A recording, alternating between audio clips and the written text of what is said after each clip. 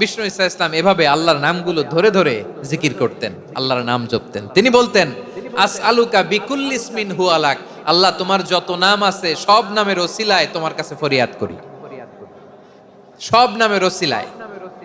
আনসালতাহু ফি কিতাবিক, যে নাম তুমি তোমার কিতাবে নাজিল করেছো, আও আল্লামতাহু আহাদাম মিন খালকিক, অথবা তোমার কোন সৃষ্টিকে তোমার নাম তুমি জানিয়েছো, আও ইস্তাসারতা বিহি ফি ইলমিল গায়বি ইনদাক, অথবা গায়েবের জ্ঞানে তুমি তোমার নিজের জন্য ওই নামগুলো সংরক্ষিত রেখে দিয়েছো, সব নামের ওসিলায় তোমার কাছে চাই। সুবহানাল্লাহ পড়েন।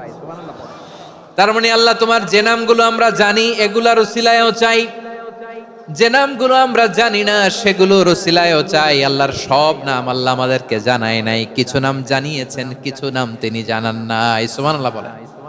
আল্লাহ তাআলা তার কিছু নাম কোরআনে উল্লেখ করেছেন, কিছু নাম স্পেশাল কিছু নবীদেরকে জানিয়েছেন, আর কাউকে জানান নাই। কিছু নাম তিনি কিয়ামতের দিন আমাদের সামনে প্রকাশ করবেন যে এইটাও আমার একটা নাম, এটা তোমরা কেউ জানতা না। সুবহানাল্লাহ। সারপ্রাইজ হিসেবে আল্লাহ তাআলা রেখে দিয়েছেন, কেউ জানে না। কিয়ামতের দিন আল্লাহ তাআলা সেই নামগুলো জানাবেন। আর কিছু নাম আছে সেই নামগুলো আল্লাহ কোরআনেও বলে নাই, কোন নবীরেও জানায় নাই, কিয়ামতের দিনও সারপ্রাইজ হিসেবেও জানাবে না। ওই নামগুলো স্বয়ং খোদ আল্লাহ ছাড়া কেউ জানে না।